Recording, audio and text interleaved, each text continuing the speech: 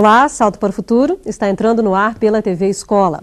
Mas do que cenários, apresentadores e atrações diferentes, cada tipo de programa tem também uma linguagem específica, um tom mais adequado. Nesse processo, etapas como a pesquisa, a criação do roteiro, a captação de imagens, a edição e a sonorização são fundamentais. Hoje, no terceiro programa da série de debates sobre televisão e educação, vamos discutir a linguagem da TV. Estão aqui no nosso estúdio o diretor da TV da Universidade Estácio de Sá, Dermeval Neto. A coordenadora do curso de Comunicação Social da Universidade Federal Fluminense, Irene Cristina Gurgel do Amaral. E o diretor artístico do Departamento de Negócios Internacionais da Rede Globo, Geraldo Cazé. Saiba agora como você também pode participar do Salto para o Futuro de hoje. Mande já a sua mensagem. Você pode participar do Salto ao vivo pelo telefone 0800 21 6689. Via internet, salto@tvebrasil.com.br ou ainda pelo fax. Disque o código da operadora, o DDD 21 e o número 2232-3271. Nosso fax e e-mail estão 24 horas à sua disposição. Você também pode entrar em contato conosco pela Caixa Postal 50050, CEP 20062-970. Envie suas perguntas, relate suas experiências, participe! Bom, primeiro, obrigada pela presença de vocês e eu acho que a gente pode começar o debate de hoje com a questão que vai nortear esse programa, que com que linguagens se faz essa TV. Dermeval. Boa noite a todos, é uma honra estar aqui e também me sinto muito honrado de estar aqui junto com o Geraldo Cazé, um mestre da televisão, um mestre da linguagem da televisão, com quem nós todos tivemos a oportunidade um pouco de entrar nesse fascinante mundo aí das linguagens da televisão. Veja só, eu acho que, qual é a sua pergunta, com que linguagem se faz a TV, que é o tema do programa de hoje. Eu acho que, basicamente, a televisão fala uma linguagem, que é a linguagem da televisão. Eu acho que a televisão fala televisão. Ela tem uma linguagem própria, que evidentemente se constitui da síntese, da soma e da conjugação de vários recursos, né?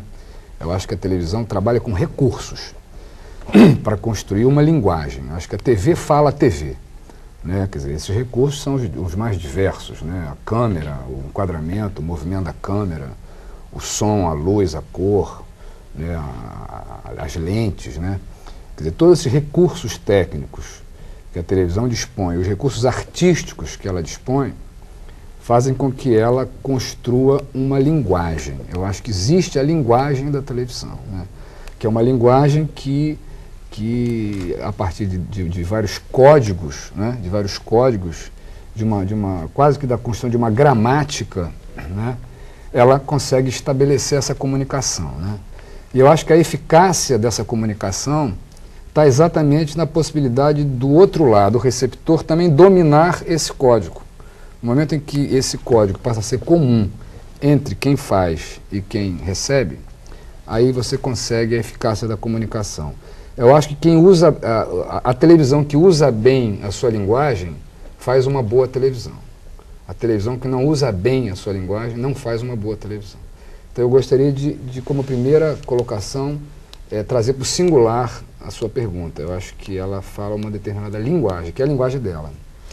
Ok, Irene, suas considerações sobre com que linguagem se faz a TV? Eu concordo com o Dermeval que a TV tem uma linguagem, mas ela se apropria de todas as linguagens para usar essa linguagem. E até hoje se busca a linguagem ideal da TV. A TV ainda não encontrou, quer dizer, ainda está engatinhando nessa linguagem. Ainda bem, porque se tivesse uma linguagem fechada, a gente estava perdido.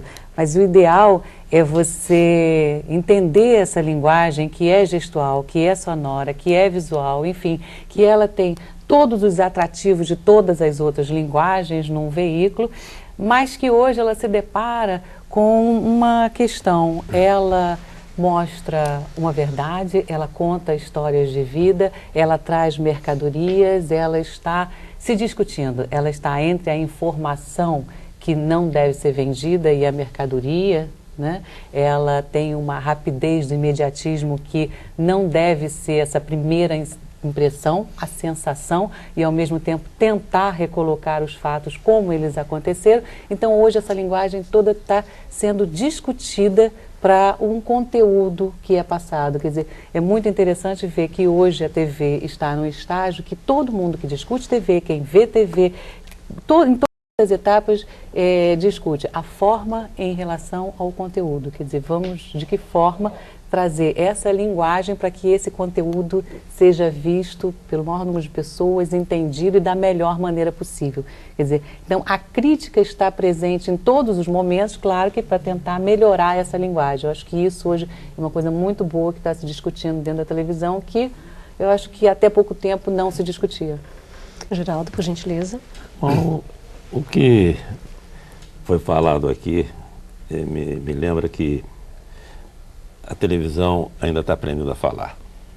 Ela ainda não tem uma linguagem própria. Ela está criando a sua própria maneira de falar, porque é uma coisa dinâmica, a maneira como a televisão expõe a sua maneira de falar. Ela vai expondo gradativamente e vai modificando numa dinâmica.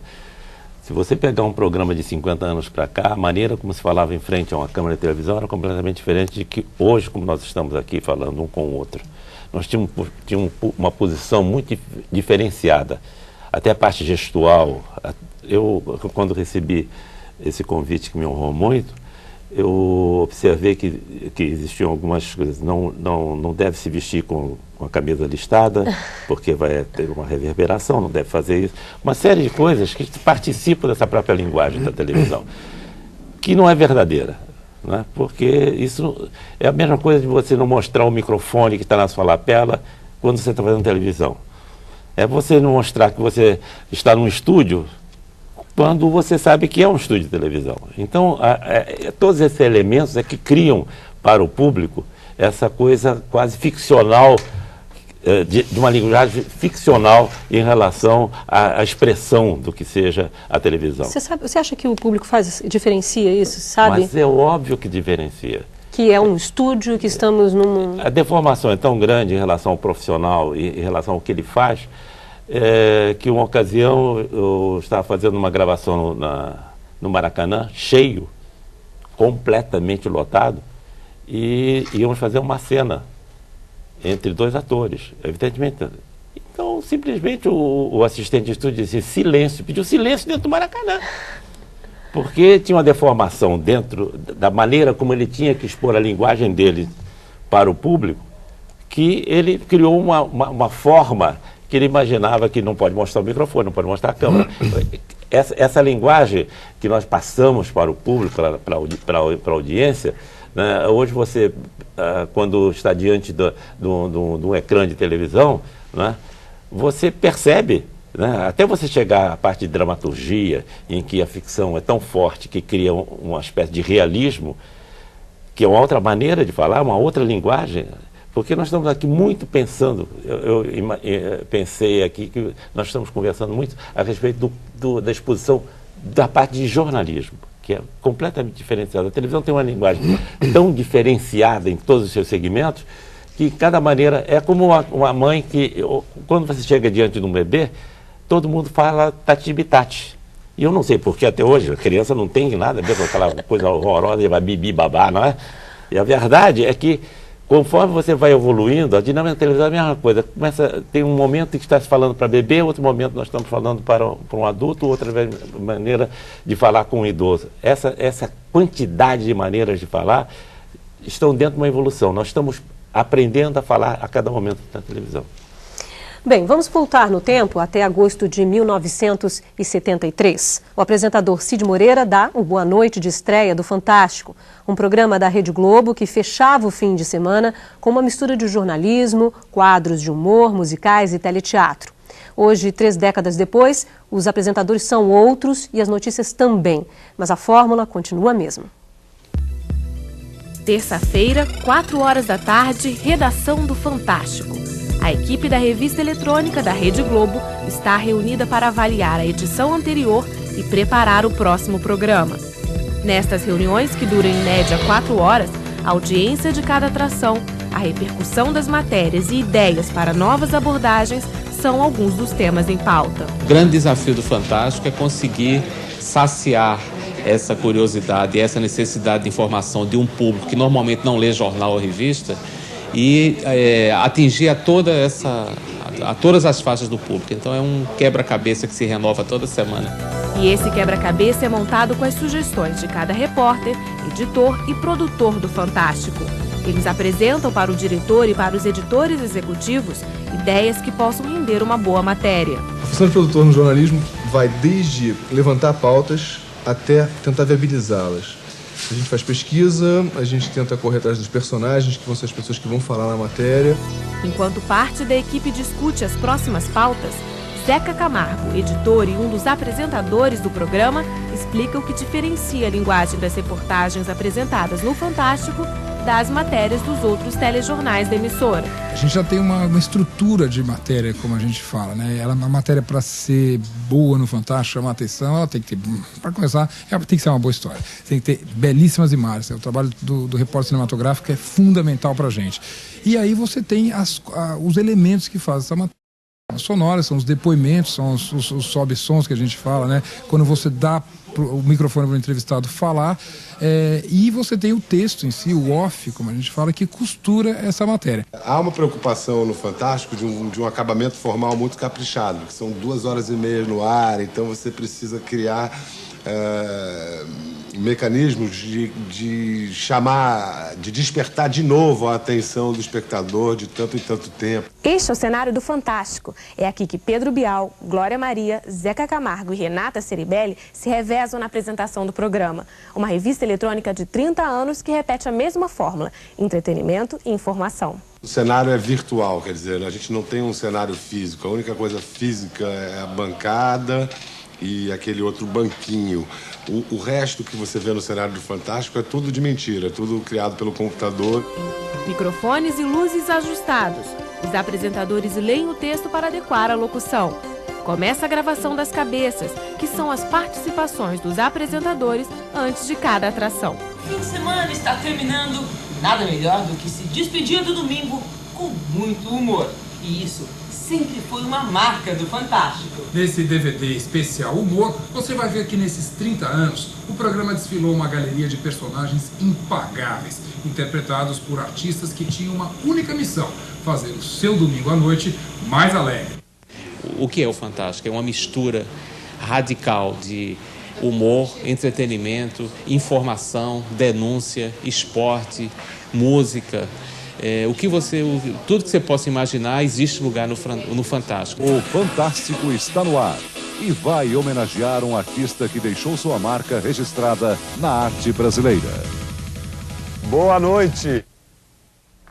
Bom, Dermeval, porque você dizia antes, na abertura aí do seu debate, que é importante que essa mensagem seja entendida por esse espectador, que essa troca realmente aconteça, né? Que não fique só alguém transmitindo uma mensagem e que do outro lado tem alguém não entendendo aquela mensagem.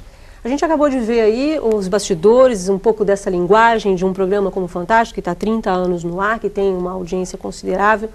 Por que você acha que é importante, por exemplo, então, o professor trabalhar um pouco mais esse programa ou, de repente, levar para a própria sala de aula e discutir essa linguagem, essa estrutura, os bastidores? Porque muita gente imagina que televisão se faz com 1, 2, 3 pessoas e ali a gente viu uma equipe enorme, não só de jornalistas, de outros profissionais, porque o Fantástico também tem entretenimento. Como é que você vê essa questão? Olha, eu acho que é interessante, quer dizer, essa coisa de que a televisão, ela na frente vem o conteúdo, né? O conteúdo vem na frente, né? Agora, atrás do conteúdo, tem toda essa preparação de como é que você vai tratar aquele conteúdo, como é que você vai passar aquele conteúdo, como é que você vai informar. O conteúdo não está solto, ele é tratado, quer dizer, uma coisa é você pensar a televisão e colocar o foco sobre o que a televisão está falando, o que a televisão está mostrando. Outra coisa é você pensar como é que a televisão está falando disso, como é que ela está tratando disso. Eu acho que o que e o como são indissociáveis. Um não existe sem o outro, né? Não basta você discutir hoje o que a televisão está mostrando, qual é o objeto da televisão. É fundamental todos nós, os professores, estarem atentos de como é que aquele assunto está sendo tratado, né? E questionar, inclusive, essa forma de tratamento do tema. O tema pode ser tratado desta forma, mas pode ser tratado de outra forma e de mais outra forma, né? Então, essa questão de você ver uma notícia num telejornal, depois você faz um exercício, busca um outro telejornal, busca um terceiro telejornal, você vai poder ver a diferença no tratamento e na forma de construção desse tema, né? O que a televisão tem uma certa determinação em colocar coisas assim como verdade absoluta, né? E naturalizar aquele fato. O fato é assim, né? As coisas são assim, né? Há uma certa tendência de simplificar e de tentar banalizar as coisas e apresentá-las de uma única forma. Então, eu acho que é importante, diante da questão da televisão, quer dizer, o espectador, o receptor, o professor, ele está atento com relação a essa questão. O fato está apresentado de uma determinada forma. Existe uma articulação de linguagens, de formas, de recursos que encaminham aquele fato para que ele seja observado naquele ângulo, naquela linha, naquele ponto de vista. E existem outros pontos de vista, outros ângulos que devem ser buscados e pensados. E discutidos, né? Irene, a Tânia Colodete, Duque de Caxias aqui do Rio de Janeiro, obrigada, Tânia, mais uma vez, diz o seguinte, como ela destaca uma parte do texto, que é do texto de hoje, que é do Dermival, que os jovens se reconhecem mais pela imagem e linguagem da TV do que dos recursos utilizados pela escola, a instituição a qual ele frequenta. Não sei se faz referência ao seu texto, a página 21. Com base nesta argumentação, queremos saber como competir com este instrumento tão grandioso e poderoso, aonde a escola continua errando. Pois é, o problema é que não precisa competir, trabalha com ele, né? Porque o problema é exatamente esse, não é a escola ou a televisão, né? Vamos trabalhar com ele. Eu acho que, deixando todas as perversidades do lado, pega esse jovem, vamos fazer TV. Eu acho que é um bom exercício, pega para fazer a TV. Todas as televisões comunitárias, televisões locais que surgiram assim, as pessoas se apropriando da linguagem e começando a fazer. É claro que não vai, no momento, conseguir acertar a luz ou o enquadramento e tal, mas mesmo isso vai ficar interessante. Você vê hoje a estética, não é mais aquela estética toda certinha, arrumadinha, né? E principalmente nos programas jovens de música ou de assuntos de juventude. Então, eu acho que é uma boa dica, pega um vídeo, uma TV caseira, vamos fazer um vídeo, eles vão dizer qual é a pauta, qual é o assunto que eles querem, como eles vão encaminhar esse assunto, vão fazer uma ficção, vão fazer um telejornal, vão fazer uma coisa documental, o que eles querem fazer com isso? Vamos mostrar que a escola também não está trabalhando contra, nem competindo com a televisão, mas que sabe fazer. Os programas Atitude.com e Observatório da Imprensa têm públicos específicos. Depois do intervalo, vamos conhecer melhor as linguagens dessas duas atrações. Até já.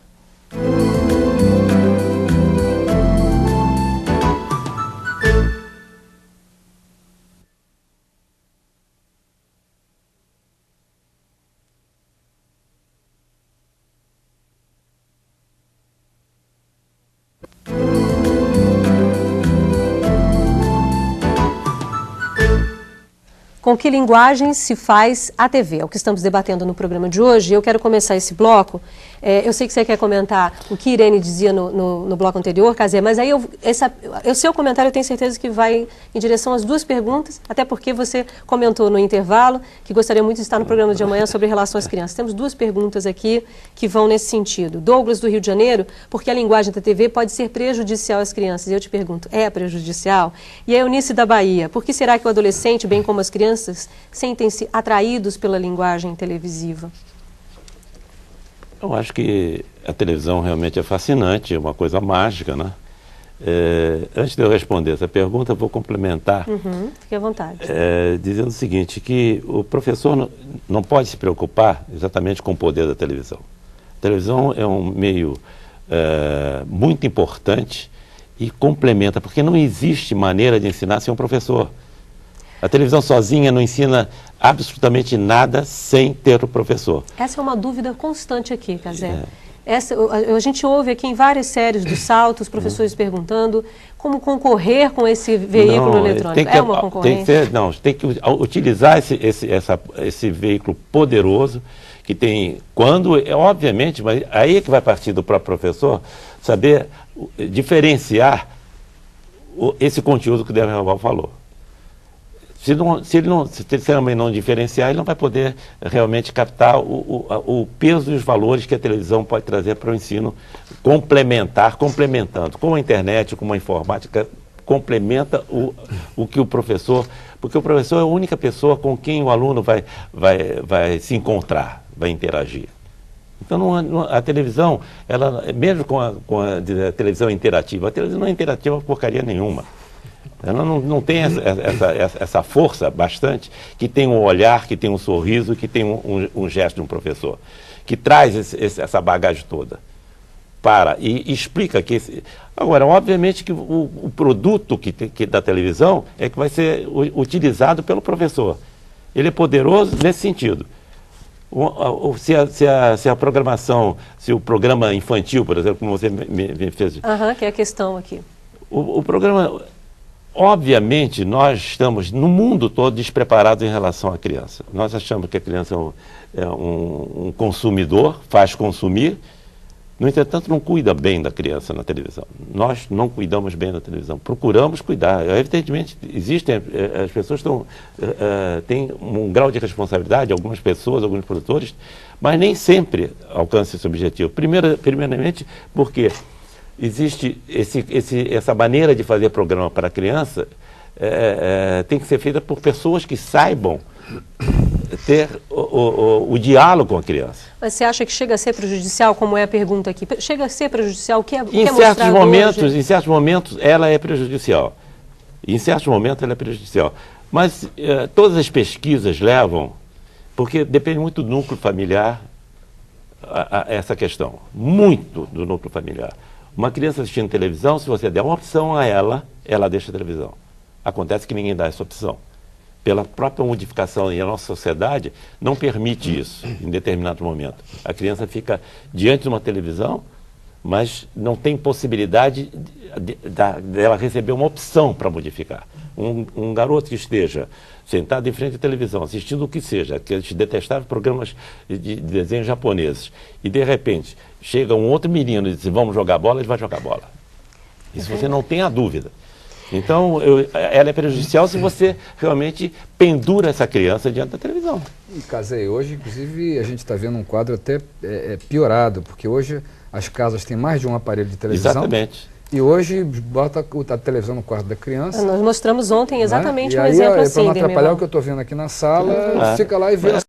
É a comodidade, isso quando se fala babá eletrônica, essa coisa não é babá eletrônica, não. É burrice da própria sociedade e do núcleo familiar. Que por conforto, obviamente, isso está acontecendo porque houve uma modificação no comportamento da sociedade. De pai e mãe, de terem que se afastar, isso criou... É por isso, então, que a escola é fundamental agora, nesse momento. A escola é fundamental nesse momento.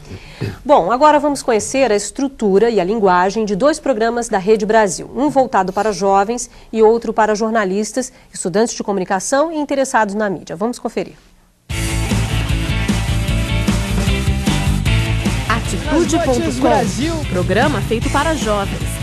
Na equipe são 7 profissionais que trabalham num clima bastante agitado para colocar a atração da Rede Brasil no ar ao vivo de segunda a sexta. Ele já entrou numa mecânica de repetição, certo? Essa mecânica de repetição é o formato, o esqueleto do programa, que basicamente hoje é um assunto de discussão, musicais nas duas pontas, matérias e intervenções gráficas, interatividade por 0800 e e-mail.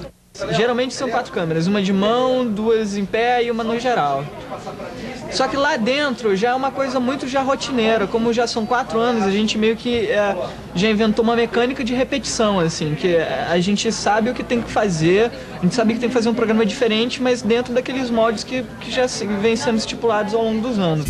Bem antes de ouvir no ponto eletrônico o aviso de que o programa está no ar, o apresentador Léo Almeida repassa o roteiro do dia. No camarim, ele troca de roupa. Já no estúdio, ele relaxa brincando com o cinegrafista e com a coordenadora de produção. Pensar os temas na reunião de pauta, a gente sugere as pautas e ela aprova ou não. Depois eu coordeno, divido a equipe, quem vai fazer o quê. Eu também faço parte disso, também ligo, também produzo. O programa começa e a agitação aumenta. Todo mundo ligado nessa sala chamada de switcher ou corte. E no palco, Léo comanda a atração.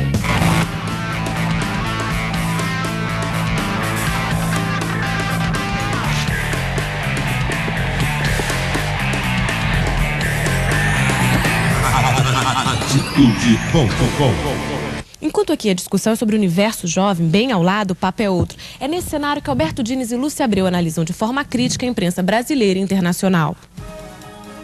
Bem-vindos ao Observatório da Imprensa. O Diniz é o apresentador, né? Eu ajo como uma mediadora e eu sou orientada pelo diretor através desse ponto aqui, quer dizer, dos tempos, né? de cada bloco. Mas para que o Observatório seja apresentado todas as terças-feiras, a equipe se reúne para escolher os temas dos programas e para avaliar como os diversos veículos de comunicação cobriram os fatos recentes.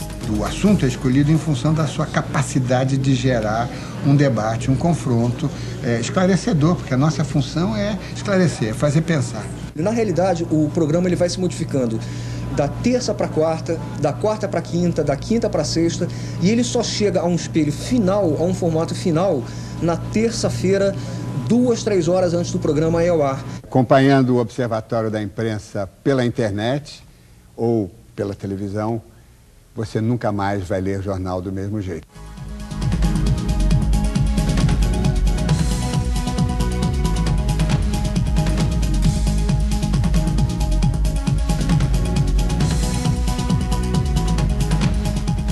Bom, já que a Lúcia Abreu, minha companheira ali, contou alguns dos segredos dessa televisão e a gente está numa TV ao vivo e Cazé é a favor da gente contar tudo o que acontece aqui nos bastidores, a gente também usa um ponto eletrônico, só para mostrar para você que acompanha o Salto para o Futuro, fica aqui no meu ouvidinho esquerdo.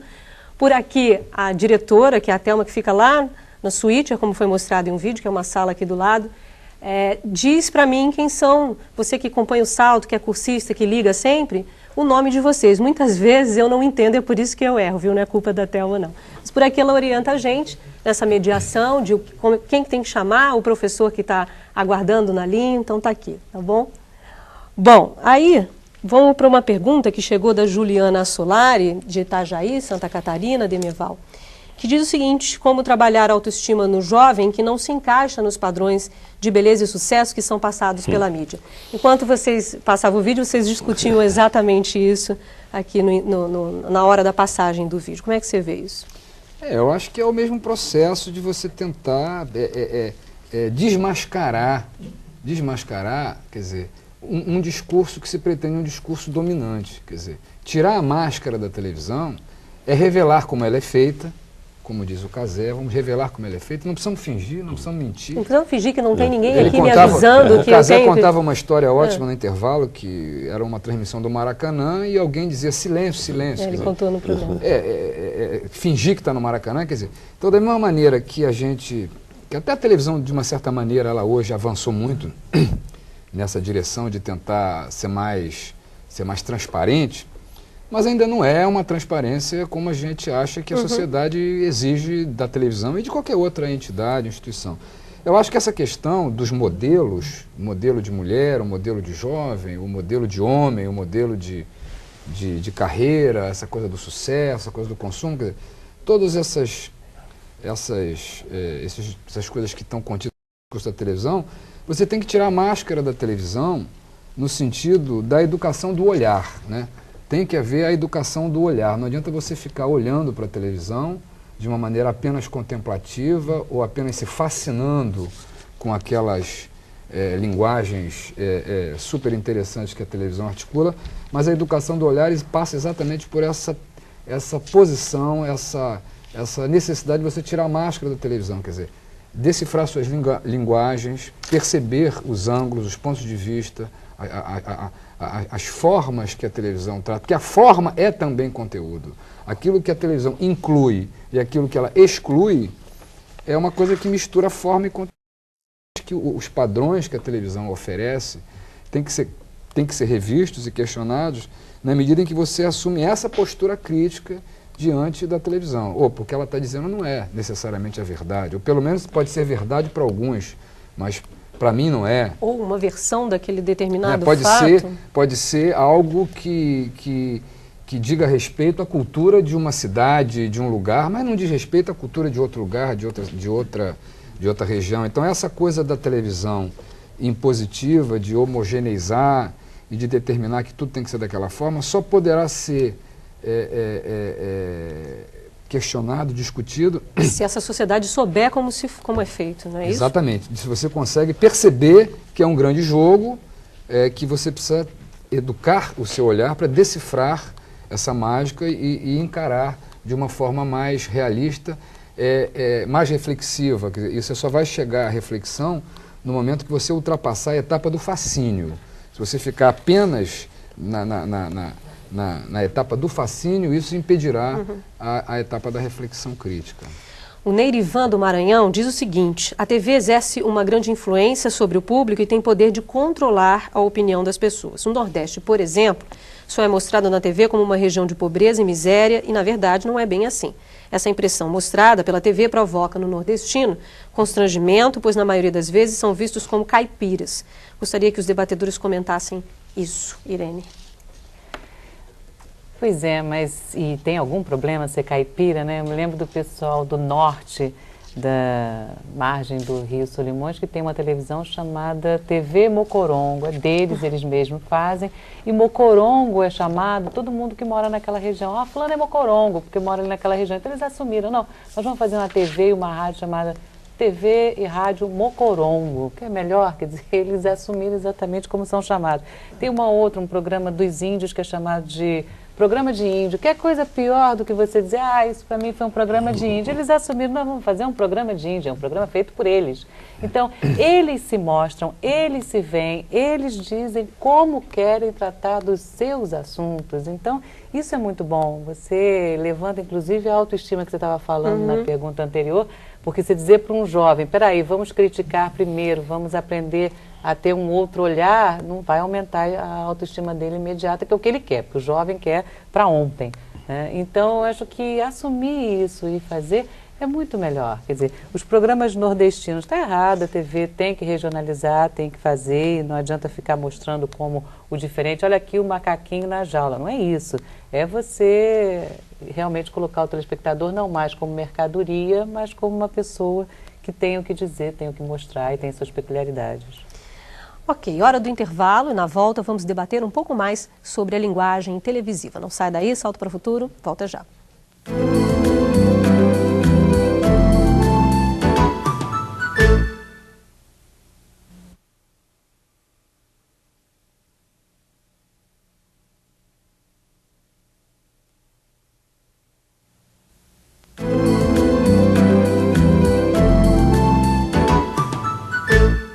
Com que linguagem se faz a TV? Esse é o tema do Salto para o Futuro de hoje. E eu gostaria de começar esse bloco, Cazé. Hoje se diz muito que a qualidade da programação da TV aberta é muito ruim, né? O Nelson Heinef tem até um texto no Observatório da Imprensa, no programa que a gente mostrou nesse segundo vídeo, falando que nunca viu nada tão ruim. Você é um mestre, como o próprio Dermeval já falou, conhece bem essa história da televisão brasileira. Já houve em algum momento, realmente, de fato, que essa TV promoveu uma melhor qualidade daquilo na programação? Primeiramente, eu discordo que ela é ruim. Ela não é ruim, a televisão não é ruim. A televisão, eu acho que às vezes o espectador é que é ruim. Ele não sabe desligar a televisão, ele não sabe mudar de canal, ele não sabe fazer nada. Ele se prende ao que está... Quantas vezes eu digo assim, mas esse programa é uma porcaria. Mas por que você está assistindo, miserável? Desliga isso, muda. Não é necessariamente não é necessário ele estar assistindo a televisão. Ele não precisa estar assistindo televisão. Mas tem gente que acha, Cazé, perdão te interromper, que o próprio fato de você vai trocar o canal, mas aquela imagem já te invadiu, aquela imagem já te entrou, né? Já invadiu os seus olhos e sua mente. O que você acha disso? Mas eu acho que nós todos, a humanidade toda, está sujeita a isso. Nós estamos com um veículo que atualmente é o mais importante como você disse, objeto eletrônico que existe. Então ele entrou na sociedade e não adianta você chegar e querer modificá-lo porque quem está fazendo televisão são seres humanos. São claro, então, somos profissionais, estamos aqui exatamente, por exemplo. Então eles estão, os responsáveis pela televisão, as pessoas que fazem televisão, são pessoas que têm deformações, como tem deformação a pessoa que assiste televisão. Hoje a sociedade, como está falando, a sociedade em relação a faixas etárias para assistir televisão, como é que você vai fazer com uma criança que hoje você não pode controlar porque tem a televisão dentro do seu quarto? Agora, você tem que levar em consideração que a televisão que eu chamo de televisão urbana, a televisão feita nos grandes centros, né, ela se projeta em centros que não tem nada a ver com o centro, a parte regional. As televisões regionais são muito importantes, desde que elas não venham copiar os padrões Mas não é isso que acontece hoje? Não existe um endeusamento dessa cópia da TV urbana pela TV regional? Exatamente, esse é o grande problema, é que essa pergunta sobre o nordestino, sobre a televisão que atinge o nordestino, a defesa é que aquela televisão regional tenha força bastante dentro do seu núcleo. E é comum isso, que as TVs comunitárias são muito importantes. As televisões regionais são muito importantes. As rádios comunitárias, as rádios localizadas nesses centros regionais, no interior do país, são mais importantes que a própria televisão que é emitida pelos centros urbanos. Essa defesa você não pode fazer, não pode então, julgar como uma coisa estándar que a televisão é ruim. Não é só a televisão é ruim, o veículo é Então, pelo que você está dizendo, é preciso então ter uma autoestima dessas próprias TVs regionais para ela se reconhecer que ela pode fazer um produto independentemente da TV urbana. Independente, é quase uma autodefesa, né? Ok, já que a gente está contando alguns segredos hoje da TV aqui, estamos ao vivo, você me incentivou a fazer isso, Kazé? A gente costuma dizer que a linguagem, principalmente no texto jornalístico, ela tem que ser uma linguagem curta, que consiga alcançar esse espectador, se possível com palavras não tão difíceis, não tão complicadas. Eu às vezes brinco aqui com alguns educadores que eles inventam umas palavras para derrubar o apresentador, tipo pluralidade cultural, né? Eu tenho que articular toda a minha boca para dizer isso, e multiculturalismo. Então a gente tenta fazer um texto da melhor maneira possível, que consiga passar, transmitir essa mensagem. E esse texto é um texto escrito, né? Ele vem aqui para um roteiro, ele está escrito, mas ao mesmo tempo ele está num teleprompter que a gente vai mostrar agora para você aí.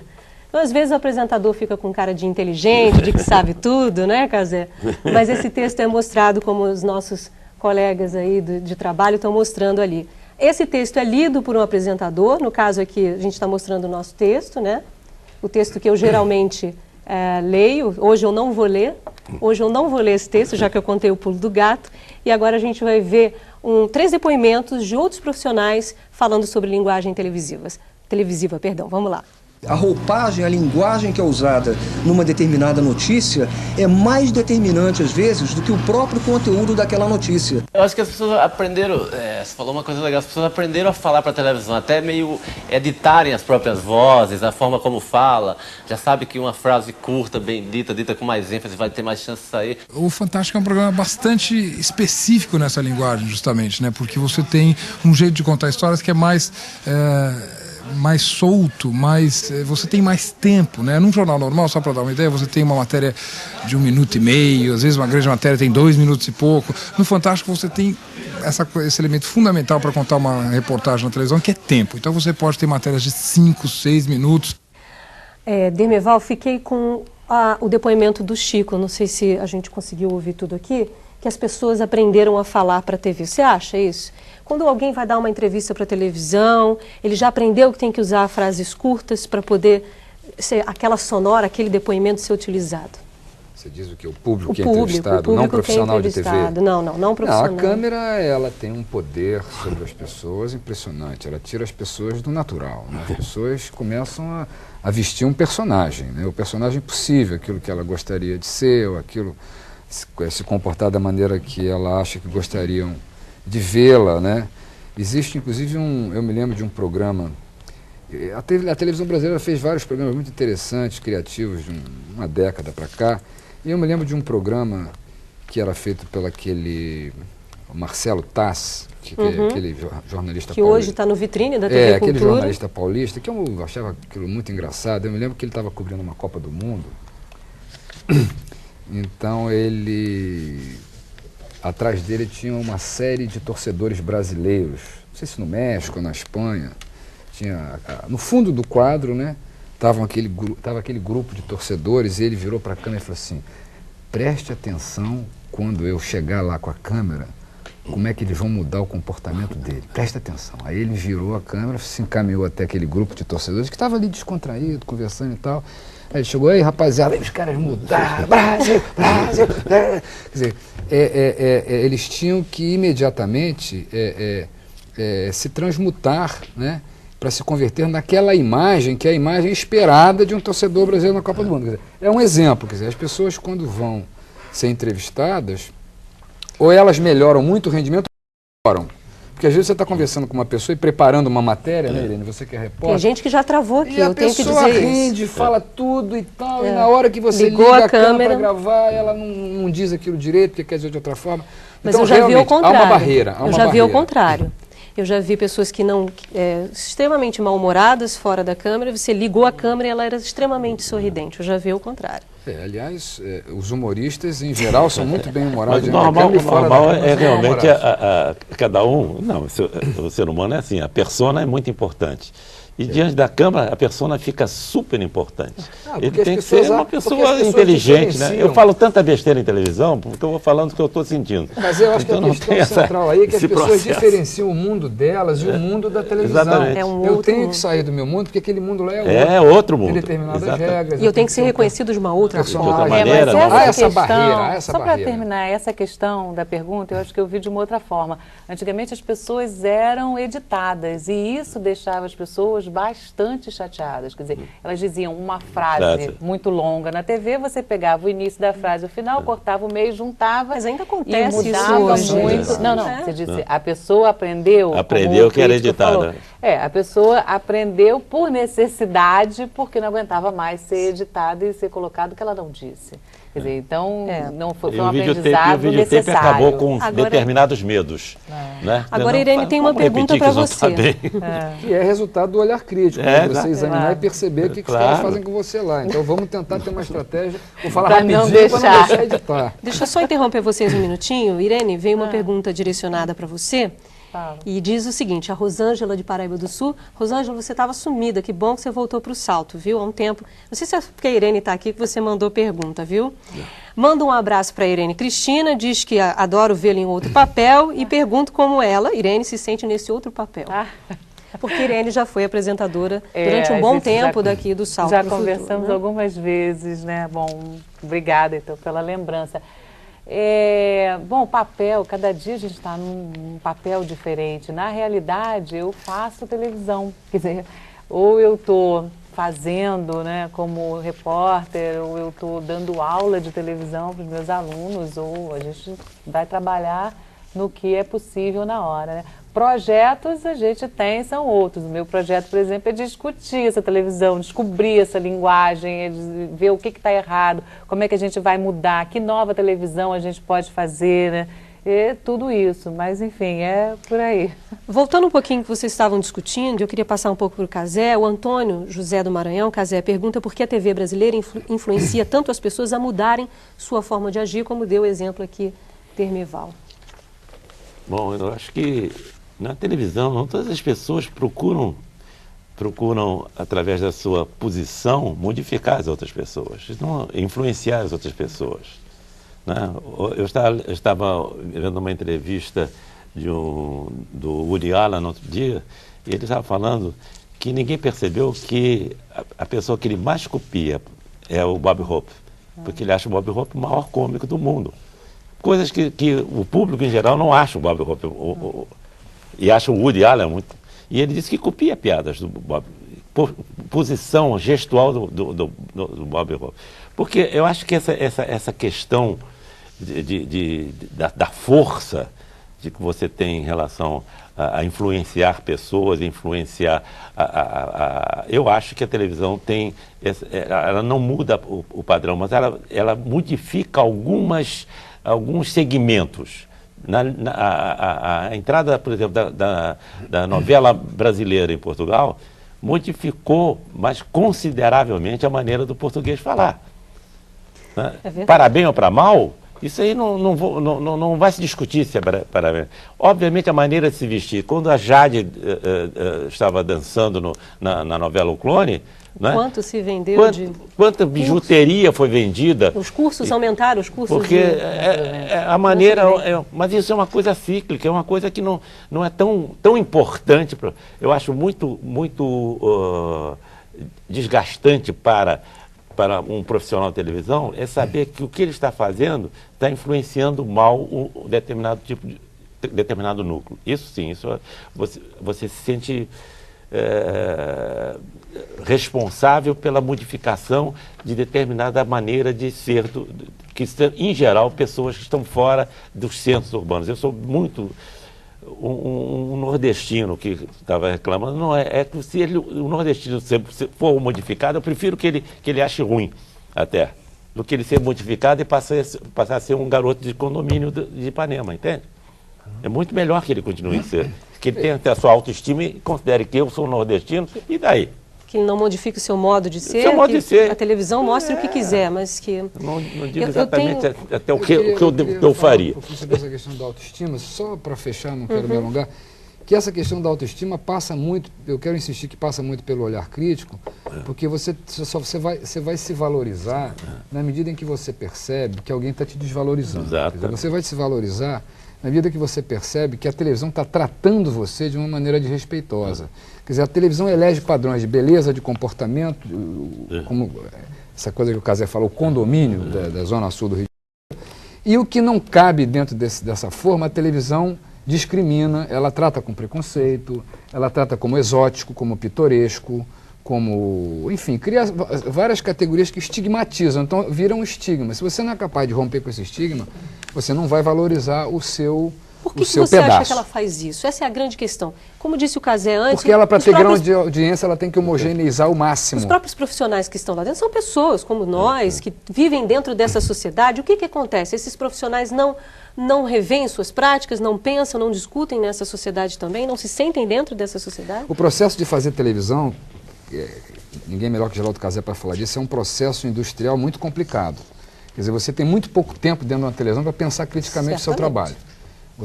A oportunidade que alguns profissionais de uma geração mais nova tiveram de ir para a universidade, ou fazer a faculdade como aluno, ou entrar na faculdade como professor, quer dizer, foi um espaço que a gente passou a conjugar para ter uma reflexão crítica sobre a própria prática. O dia a dia da televisão permite muito pouco que você tenha essa visão crítica sobre o seu trabalho. Então, e a televisão tem a tendência de homogeneizar para ela ampliar a audiência. Né? Tá certo. Eu vou ter que te interromper um minutinho, a gente volta no próximo bloco, podemos dar continuidade, ok?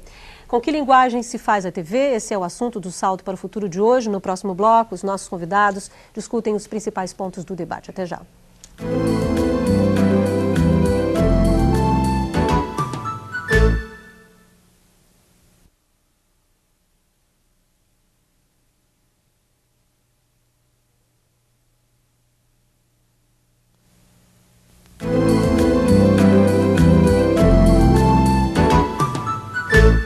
Com que linguagem se faz a TV? É o que estamos discutindo no programa de hoje. Este é o último bloco, agora os nossos convidados fazem as suas considerações finais. E eu quero começar pelo Dermeval, que fazia aí um encaminhamento de uma discussão e eu precisei te interromper. Não, tudo bem. Eu só estava querendo dizer que a prática profissional, em todas as áreas, mas na área de comunicação, ela é uma prática de muito estresse, a gente trabalha muito com a emoção. Essa coisa da comunicação é um processo que a gente se mergulha de cabeça, quer dizer, a gente confunde a nossa vida privada com a nossa vida profissional, a gente tenta ser inteiro, integral no que faz. E isso faz com que a gente, muitas vezes, perca um distanciamento crítico sobre o que a gente está fazendo e repense para não chegar no ponto que o Cazé citou, de às vezes você se sentir responsável por um dano cultural que você está participando. Então, eu acho que no jornalismo, na televisão, quer dizer... E existe também existem também normas de funcionamento das grandes empresas que procuram fazer com que o profissional seja produtivo e apenas produtivo, né? E menos crítico ao processo de trabalho. Então, É uma questão complicada. Eu acho que isso tudo resulta, muitas vezes, num trabalho pasteurizado, num trabalho homogeneizador, um trabalho que não é um trabalho que tem a capacidade de produzir diferenças, espírito crítico e tudo mais. Obrigada, Demerval. Irene? Pois é, até para pegar esse gancho do Demerval, por que isso acontece, né? A minha dúvida hoje em dia é que a televisão nem está mais preocupada com essa influência toda, não está mais querendo influenciar ninguém. Na televisão, os telespectadores hoje são tratados como mero consumidores.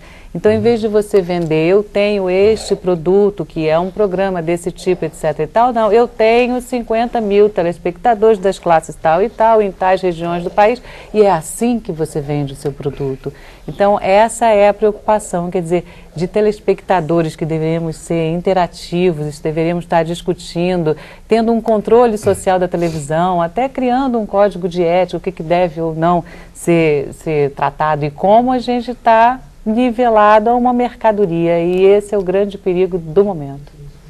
Cazé, eu queria suas considerações finais e queria também, se possível, que você falasse um pouco, porque você sendo diretor artístico de uma emissora como a Rede Globo, como é que se pensa, por exemplo, a programação como um todo? Porque muitas vezes a gente vê no noticiário, a gente estava em plena campanha de desarmamento, a gente vê notícias sobre desarmamento, mas ao mesmo tempo, num horário mais tarde, você vê um filme em que armas são mostradas, muitas vezes, na própria novela, às vezes aparece alguém armado ou não. Como é que essa programação é pensada? Isso é levado em consideração? O Demerval falou uma coisa muito justa a respeito da televisão em si, da questão mercantil, da maneira como é feita uma grade de televisão.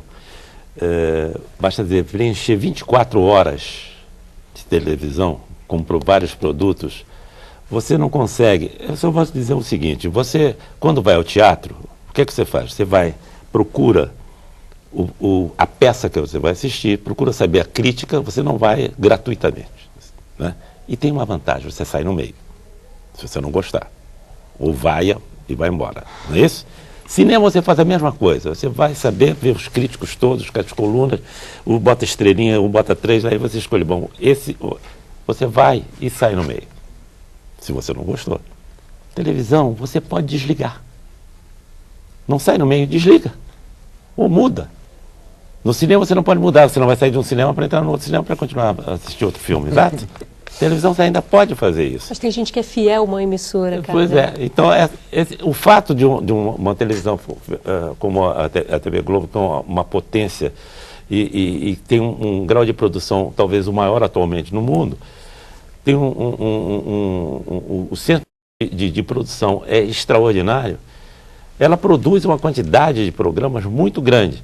Obviamente, por mais que você queira fazer, ela tem que ser quase que universal em relação ao público. Ela tem um público muito diversificado e você não pode modificar essa maneira de fazer televisão. Obrigada. Bom, Demerval Neto, diretor da TV da Universidade Estácio de Sá. Irene Cristina Gurgel do Amaral, coordenadora do curso de Comunicação Social da Universidade Federal Fluminense. E Geraldo Cazé, diretor artístico do Departamento de Negócios Internacionais da Rede Globo. Obrigada pela presença de vocês. Bom, Salto para o Futuro de hoje se despede agora. No programa de amanhã, a TV feita para o público infantil vai estar em discussão. Eu espero por você, a gente se vê, mas como hoje a gente fez tudo um pouquinho diferente, o nosso encerramento também vai ser diferente. A gente vai dar boa noite para toda a nossa equipe aqui do Salto para o Futuro. Obrigada.